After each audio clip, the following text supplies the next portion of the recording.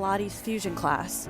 I loved it. It actually felt kind of good. And I loved the instructor. I feel good that I moved my body. I haven't done that in a long time. Now I'm gonna go to the grocery store. I wanna make BLTs, I think, for dinners. I've been on a sandwich kick and they're so easy, so I'm gonna grab bacon, lettuce, tomato, avocado, bread. Ooh, and cherry juice. I'm out of that. All right, let's go. I low-key want the biggest bread possible so I can make some fat sandwiches. Where do I? Ooh. So that's what the fuck I'm talking about.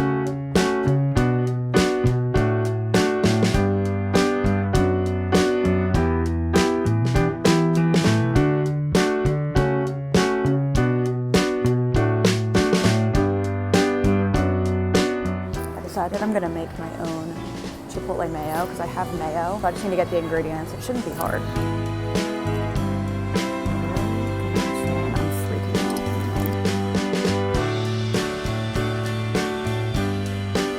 I need to get out of here before I start buying shit I don't need for real. Please place the item in the center of the scale. Move your tomatoes on the vine to the back. Enter your line 1. Takes your toss avocado 4.25. Wegmans haul time. I had to buy a bag because I'm not gonna actually insult myself. I was about to, but I'm not going to. I forgot all my reusable bags. I had my stuff for the gym and my class in my aloe bag, but I needed a bag for these groceries. Anyway, it was 99 cents, it's fine. Let's do a quick haul. I love doing these actually, like grocery hauls are kind of fun. So I got this, is this Michi sourdough bread. I got this one specifically because they're freaking huge. Like these slices are ginormous and that's what I want so that I can make a fat BLT for dinner. If I just have a sandwich, it's usually not filling enough, but if it's a big sandwich, will be good. This I had to grab some napkins for while I was there because it started leaking and the juice is all sticky. Anyway, okay, so these are pink glow pineapple chunks. What does that mean? I've never seen pink pineapple before. They smell like cotton candy grapes from Trader Joe's. I'm really excited to try these. Continuing on with some fresh fruit, I got honeydew. Potentially controversial opinion, I think honeydew is better than cantaloupe. Sue me. I got a lot of fruit actually, which is great because whenever I want a sweet little treat, I like to have some fruit in the house. I got these oranges. They're sumo oranges. I've never had a sumo orange before. I've heard good things. So I'm really interested and I'm excited to try these out. My fruit drawer is about to go crazy. Continuing on with fruit, I got some clementines. I love these. They're so good. They're such a perfect little snack. Some blackberries. I love blackberries, especially in my chia oat pudding things. What is that sound? Avocados, tomatoes for my BLTs. I like to add avocado. A lime because I'm planning on making, as I said in the store, my own chipotle mayo because I have regular mayo and I didn't feel like buying chipotle mayo separately just for this. Like that was just not what I wanted to do. So I got that. And then also for the chipotle mayo, I got these chipotle peppers in adobo sauce. I saw these on the recipe that I found on the internet while I was in the store for chipotle mayo. So we're gonna try them. Then the other things for dinner include this head of iceberg lettuce. My mom just had to get the head of lettuce. I've truthfully never just purchased a head of lettuce before.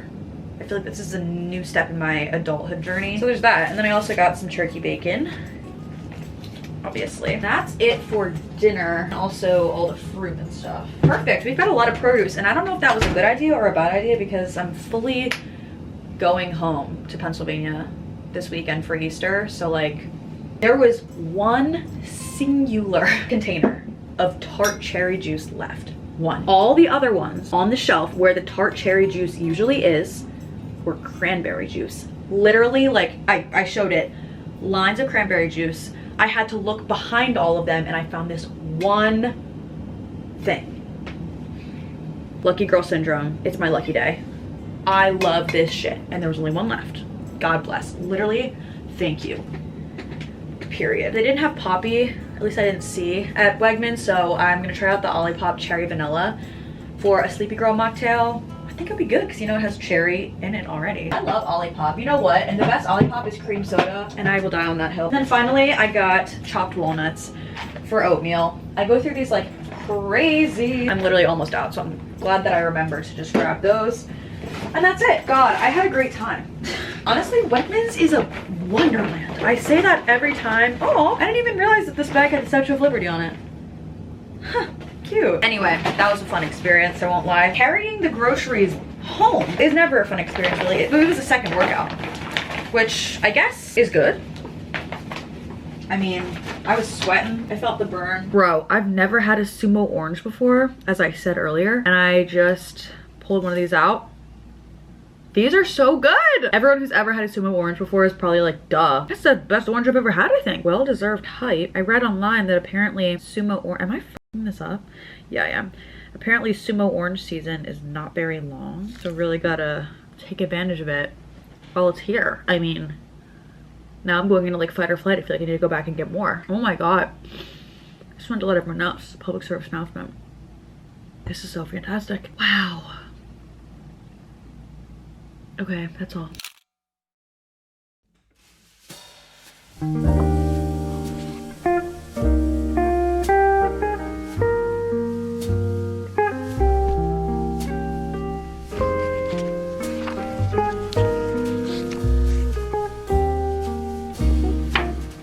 a self-improvement journey, aren't you?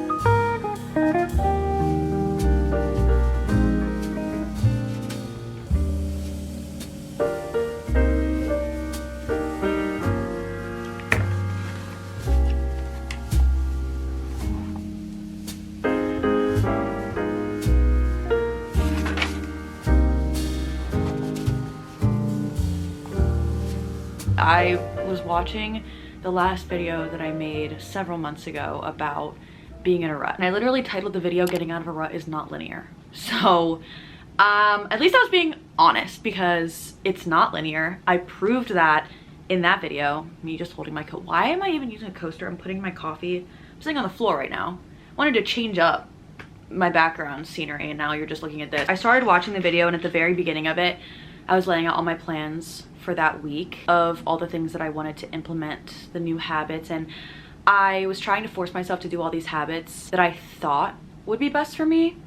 And I can't fault that Hannah, because she was doing her best with what she thought was the best for her at the time, and that's all you can really do at all in life. I don't even remember exactly what happened after I filmed that, but all I know is that a lot of the things that I talked about wanting to try and improve in that video, I am experiencing once again now. I framed that video as an experiment, and with any experiment, you do the experiment, you get the results, and then you have to tweak some things and try again sometimes. And that's what we're doing. I could take that as a failure. I could take the fact that I made that video, I said that I wanted to get my shit together basically and implement all of these healthy habits, and then actually didn't end up following through with them. I could take that as a failure. I don't even want to take it as a failure, to be honest. I want to take it as a lesson, because now several months later, I am in a very similar rut. So obviously, those things that I wanted to implement that I thought would help me get back on track, they didn't fit for me. They weren't the best options. Valiant effort for trying, but specifically in the past week, I feel like I've come to so many realizations, and I've gotten a lot of clarity. I feel like I'm on The Bachelor when I say that. I'm realizing that the things that I thought I wanted, or how I thought I wanted to go about my life, isn't exactly what I actually want. I have just wanted to make myself fit into a box that I think other people want me to fit into. So many things, so many decisions that I make, so many ways that I've tried to structure even just my day-to-day life, I've done revolving around the opinions of others. And now I'm like, why the f am I doing that? Who cares? And if people care that much, that's not my problem. I can't care. I cannot care what other people think about what I'm doing with my life.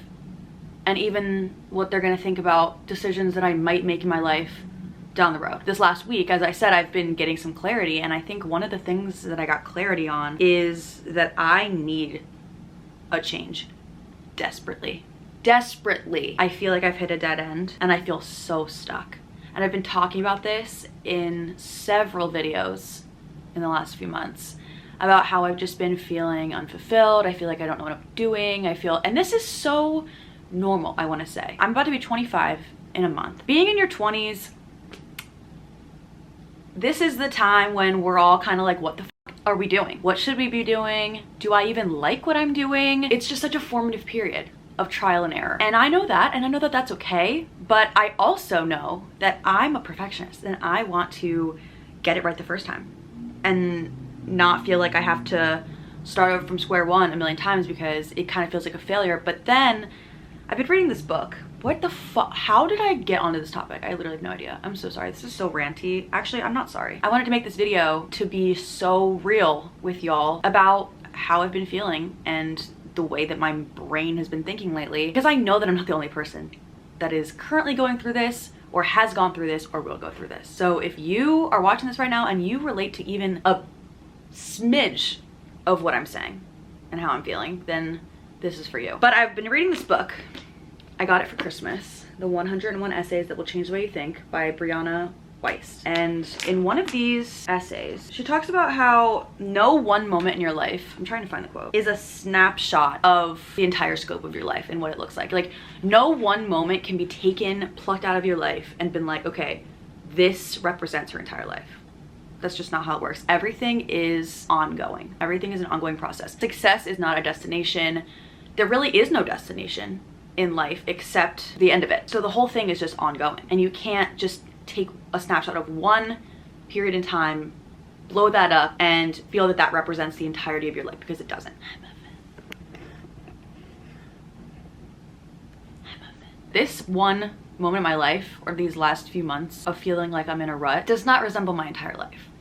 This snapshot right now of how I'm feeling and where I am, that's not everything. That's not the end all be all of my life. That's not representative of my life as a whole, this one moment, because you can't just take one moment out and that's the whole thing. I'm filming this clip at the end of the week, kind of just like wanting to reflect on some of the things that I did this week. I now have put a name to this feeling, and it's the knowing doing gap. Another thing courtesy of this book. I flagged it, the chapter about the knowing doing gap. And I know that this exists, obviously, because it's a feeling, but just putting it into an actual phrase, a concept, sometimes helps me to conceptualize it more. I don't know. Anyway, so this is the chapter in this book called The Knowing Doing Gap, Why We Avoid Doing What's Best for Us and How to Conquer Resistance for Good. She starts out by saying the ancient Greeks call it akrasia, the Zen Buddhists call it resistance, you and I call it procrastination, every productivity guru on the internet calls it being stuck. Literally where I'm at right now. So like when I read this, I was like,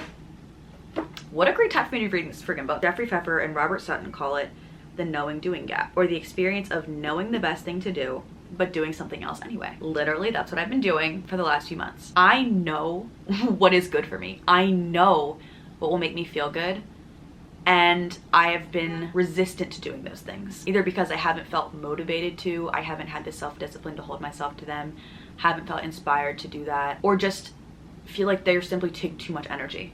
And I've been conserving my energy and expending on the very bare minimum. This is something that I said in the last video also. A lot of parallels here. This knowing doing gap is akin to something that everyone who's taken a psychology class would recognize, and that is cognitive dissonance, which is the discomfort a person feels when their behavior does not align with their values or beliefs. That's exactly this. Like, they're, to me, in my mind, they're one and the same. I'm uncomfortable mentally because what I am doing is not what I know I should be doing. It's not what I value for myself and for my life. It's not what I believe will make me feel good. So I'm experiencing cognitive dissonance and this mental discomfort and this knowing doing gap. There are many reasons we self-sabotage, and most of them have something to do with comfort. I've been saying. She goes on to say that moving yourself past this resistance is a matter of shifting your perception of comfort. Everything in life flows from your mindset, and you can shift your mindset and tweak it to look at the same thing in a different way. She says, quote, "It's altering your mindset to focus on the discomfort you will face if you don't do the thing in front of you, as opposed to the discomfort you will face if you do," end quote. Putting an actual description to what I've been thinking in my mind, but just haven't been able to pull out and materialize can be so helpful. This is the power of reading. Don't even get me started, I love reading so much. She says, quote, "You will never be ready for the things that matter, and waiting to feel ready before you start acting is how the knowing-doing gap widens." Now here's the line that clicked for me. You know when you sometimes just read something, it happened with the book, The Subtle Art of Not Giving a F***. I talked about this in my 5 books that changed my life video. I read this one line, this one idea, and it changed my life. It literally served me exactly the perspective that I needed on a silver platter. And that's how I feel about this. She says, quote, write this down. You guys have pens and paper? Oh, wait. Okay. Quote, "It's easier to act your way into a new way of thinking rather than think your way into a new way of acting." End quote. That's it. That's the line. You're so right, bestie. Why didn't I think of that? I sit and I try to think. I'm a planner. I want to flesh out my plans before I act, make sure I feel like I have all my ducks in a row, and make sure I feel like I'm ready. And waiting to feel like you're ready widens the knowing-doing gap. You'll never be ready. There's no right time. It is so much easier to act your way into a new way of thinking and prove it to yourself. Prove by doing. Leading the way, leading by example, rather than trying to think my way into acting. Because the more that I think about it, the more I develop a resistance, because it becomes overwhelming to me, because it's something I'm thinking about so in depth. When most things don't require that level of in-depth thinking. Finding workouts that I enjoy and finding a time in my day to do them does not fucking require like a 12-page business proposal in APA format. It just doesn't require that. It requires me to book the fucking class and go. And that's what I did. That is what I did. And that was even before I read this. But when I did read this a couple days later, I was like, yeah, literally, yeah, because that's what I just did and it fucking worked. I was on the phone with my mom just talking to her about all of this, and she asked me if I'd gone to any workout classes at my new gym recently. And I was like, no, I haven't. Don't know why I haven't even thought of it. I have been so reluctant and resistant to get myself to the gym, and that resistance widened the longer I didn't go, because I overthought it so much to the point where it became such a huge obstacle, a huge task I had to overcome, when in reality it's not that deep, but I made it that deep in my head because of how much I was thinking about it. And she was like, "Have you booked any classes?" And I was like, no. But then I just went on the app, looked at the classes, and booked one. Found one that I thought I would like and booked it. Didn't even think about it. No thought. I was like, this looks interesting. Booked it. I'm just gonna go. And so for the first time in like 2 months, I got myself up in the morning and I went to the gym because I had somewhere to be. Because I made an obligation, I signed up for this class, and I'm gonna follow through. It's the least I can do for myself. I had a good time. I felt good. I actually felt good. It was like a mat Pilates fusion class.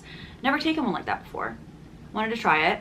Really liked the instructor. I realized that she teaches those classes and also bar classes. I've always wanted to try bar, and they have some of those at my gym. So I'm like, now that I've gone, I've done this new class for the first time, met this instructor, and felt good afterwards. And I also didn't feel like I was exerting myself to the point of passing out, like how I used to feel when I would go to certain workout classes. In the video that I keep referencing, I was doing solid core at that time. I had done like 50 classes, and the week that I filmed that video, I wanted to go to a class every single day. I think that I told myself that the reason I was resistant to go was because I was just building it up too much in my head and it wasn't that serious. But it's like, I don't think I was enjoying it. Actually, I know that I wasn't enjoying it anymore. And that's why I didn't want to go, because I wasn't having fun. And I thought that pushing myself to go would help me to break through that. And it wasn't a matter of if I could do it. I knew that I could do it. I had done it 50 times. It's the fact that I didn't want to do it. I didn't enjoy that form of working out anymore. That doesn't mean that I don't enjoy any. It's just, it wasn't that anymore. And I was trying to make it that because I had committed to that up to that point. And then literally, probably a few weeks after that video, I ended my membership because I was like, I don't want to do this anymore. I'm over it. And when I'm exercising, when I'm moving my body, I want to feel almost good. Like, I don't want to force myself to do something that I don't like doing for the sake of being fit or exercising. There's so many forms of exercise that aren't miserable. and don't have me like worrying about before going because I know how strenuous it's gonna be. There's plenty of those. I just haven't tried them. And that's another time that I felt like stopping something that I had committed to up to that point was like failing. But it's not. It's just deciding that I've changed my mind. I don't want to do this anymore and moving on. Another thing that I talked about in that video is the importance of cooking myself meals, specifically dinners. I'm usually pretty good at like the breakfast lunch of it all. I'm consistent with that and I make that at home every day.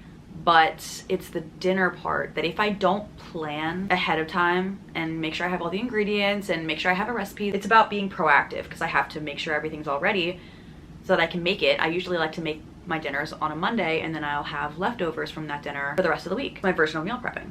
And I think that works really well for me. I know that that system works for me. I just haven't been doing that because I didn't feel like it. I know that I feel good when I have something prepared for me for dinner. I don't have to scramble when it gets time and think about if there's anything I can put together at home, and if there's not, then order out. I have been ordering in so much delivery for dinner because I haven't put in the effort and just planned a meal. And then I looked at my credit card bill and I'm like, that's how much I've been spending on DoorDash and Grubhub. Are we serious? Girl, go to the fucking grocery store and buy your damn produce and make your damn sandwiches. It's just the preparation of it all, the planning of it all. My time management there has not been good. I haven't been prioritizing that for myself. And in turn, it's cost me a lot of money. And it makes me feel lazy. And there's nothing wrong with, you know, ordering in every once in a while as a treat. I love to do that. But during the week, Monday through Friday, I know what I want to do. I know that I want to make a meal and then be able to have the components and be able to put them all back together the rest of the week for the rest of the dinners, or have the leftovers the rest of the week. I love to do that. It's what works for me. It's what makes me feel good. And I just have not been doing that. After my workout class this week, I was like, I'm just gonna go to the grocery store. I'm gonna get some damn ingredients, make the easiest meal ever, which is a BLT. That's what I've been eating. And I'm loving it. I'm not going to insult your intelligence by giving you a BLT tutorial, but I am in fact going to make a BLT. I also know that I said at the grocery store that I was going to make my own chipotle mayo, but to be so honest, I don't feel like doing that. It is 8 p.m. I'm hungry. I just got done writing 4 full pages in my journal, which never happens. If you know, I only journal when I've got things on my mind, but I've journaled like 4 full pages because going through it, I need to make journaling more of an actual regular thing and not just when I have a lot to get out. But hey, whatever works, you know what I mean? I want to just journal once a week. It's really not that hard, so I did it for this week. Slay. I actually do feel better too, which is shocking. I'm just gonna use regular mayo. If you know, you know. I got dragged for how much mayo I put on a sandwich before, and you know what? Leave me the f alone. While it may have been an unhealthy amount, you don't have to eat it. So just please leave me the f alone and let me have some joy. Anyway, okay, I'm gonna air fry my turkey bacon, place up my tomato and avocado, pull some lettuce out. Yes, I add avocado on BLTs because I find avocado makes everything better. Doing this on 390. Here I am giving a tutorial after I just said I wasn't gonna do that. But I'm air frying this on 390 for 5 minutes on the first side, flipping it over, and another 4 minutes.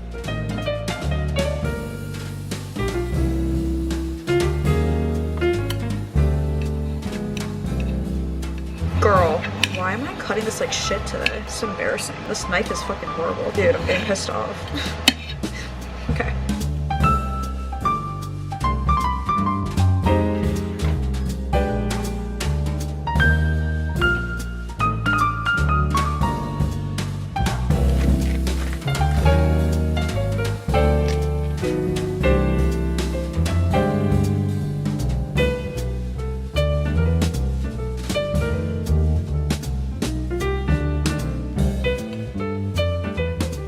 I've got some protein, I've got some carbs, I've got some vegetables. Like, it's crazy how building your own meals makes you feel good. I also, for the first time in weeks, journaled. The journal girl is gonna be like, bitch, I told you so, because I felt so good after. I want to sit down and journal like right now. I wrote 4 full pages of brain dump, and not only just to get it out of my head onto paper, which honestly benefits me so much just there, but I wanted to put it on paper for future me. When I get further away from a certain feeling, I'll tend to minimize it. When I'm looking back at it, I'm like, oh, it really wasn't that bad, like looking back, but I fail to remember exactly how I felt in that moment and the fact that it really was that deep in the moment. And that shouldn't be discounted just because it's been a few months. And obviously in those few months a lot can happen. I can evolve, I can grow, I can realize that it truly wasn't that deep, but some things are. So I used to do this thing when I was in high school with my ex-boyfriends, and there was this one specific one. I kept going back to him and he kept playing me. I was in a constant cycle of just feeling like shit. And then I had the high of like, oh my God, he wants to date me again. And then the low of him not wanting me anymore. I was a yo-yo. And so eventually what I did was I wrote myself a letter and I was like, hey girl from the future, stop going back to this man. Do not go back to this man. This is how you feel right now. Please don't diminish that. Please take me seriously. Basically, me of the future, please take me right now seriously. And it worked. It worked. Every time then, if he would circle back, I would read that letter and I'd be like, I owe it to her to stand the fuck up. I owe it to her. So I'm kind of adopting a similar method right now. And I'm writing in my journal with my current thoughts, ideas, and just things that are really, really weighing heavy on me, bothering me, things I don't like about, you know, whatever's going on. I'm really hoping that down the line, when future Hannah actually has to make a decision, she takes into account what I'm saying right now, because it matters, it carries weight, and it's natural to sometimes just look back on things and be like, oh, it really wasn't, you know, that bad, because you aren't in that anymore. You're not feeling the intensity of those emotions anymore. And I think that it's important to remember the intensity, because it matters. And if I keep kind of brushing it off and diminishing it, I'm gonna keep putting myself through the same cycle. I'm eventually probably gonna feel like that again. And then when I have the opportunity to potentially break out of that cycle and make it that decision, if I'm a little bit farther removed from the negative feelings, I'll be like, oh, you know, I'm just gonna keep doing it because it's what I know. I don't really feel that bad about it anymore. I'm not gonna break out of it by literally continuing down the spiral. I have to step out of the spiral. So I journaled 4 pages and honestly, it was amazing. I love going back in journals and reading how I felt in past years. It's so interesting to see now with hindsight how everything played out. And it shows me that even in the moment when I feel sometimes just so negative about a certain thing and I feel like it's the end of the world, every single time that has happened, I've looked back on it like a year or so later and been like, oh, that worked out. It maybe wasn't the way that I thought that it was going to work out, but it worked out in some way, and I'm okay. And then last night I got to hang out with 2 of my best friends, which is just so refreshing always. Being around good people you don't need a social battery for, you leave feeling loved and refreshed, is one of the best feelings.